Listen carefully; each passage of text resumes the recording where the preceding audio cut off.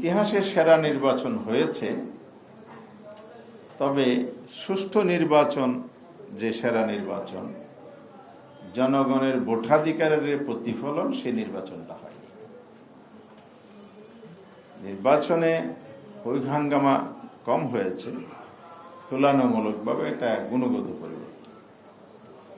কিন্তু জন আকাঙ্ক্ষার যে বাস্তবে নির্বাচনের মাধ্যমে সেটা হয়নি, ইতিমধ্যে এটা প্রতীয়মান হয়েছে। বাংলাদেশে দীর্ঘদিন পর একটি নির্বাচন হয়েছে ত্রয়োদশ সংসদের। জনগণ আশা করেছিল একটি সুষ্ঠু অবাধ নির্বাচন হবে।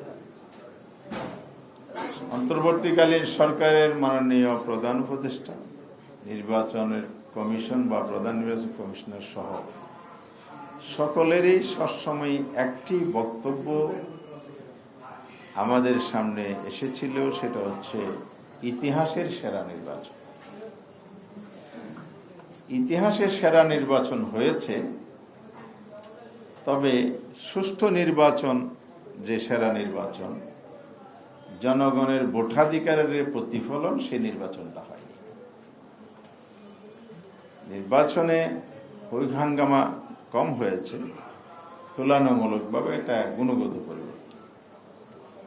কিন্তু জন আকাঙ্ক্ষার যে বাস্তবে নির্বাচনের মাধ্যমে সেটা হয়নি, ইতিমধ্যে এটা প্রতীয়মান হয়েছে।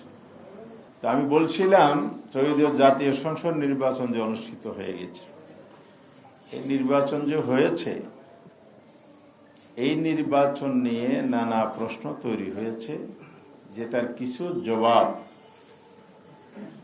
অন্তর্বর্তীকালীন সরকার যে নির্বাচন পরিচালনা করেছে ইলেকশন কমিশনের মাধ্যমে, তাদের উপদেষ্টারাই কিন্তু হাঁটাহাঁড়ি ভেঙে দিয়েছে।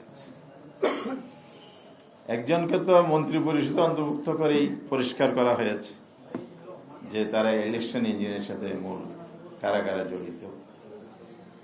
আবার আরেকজন একটি মিডিয়ার সাথে কথা বলতে গিয়ে কিভাবে আমাদেরকে মেন স্ট্রিমে আসতে দেয়া হয়নি, অর্থাৎ সরকার গঠনের সুযোগ দেওয়া হয়নি, এটা তথ্য ফাঁস করেছে।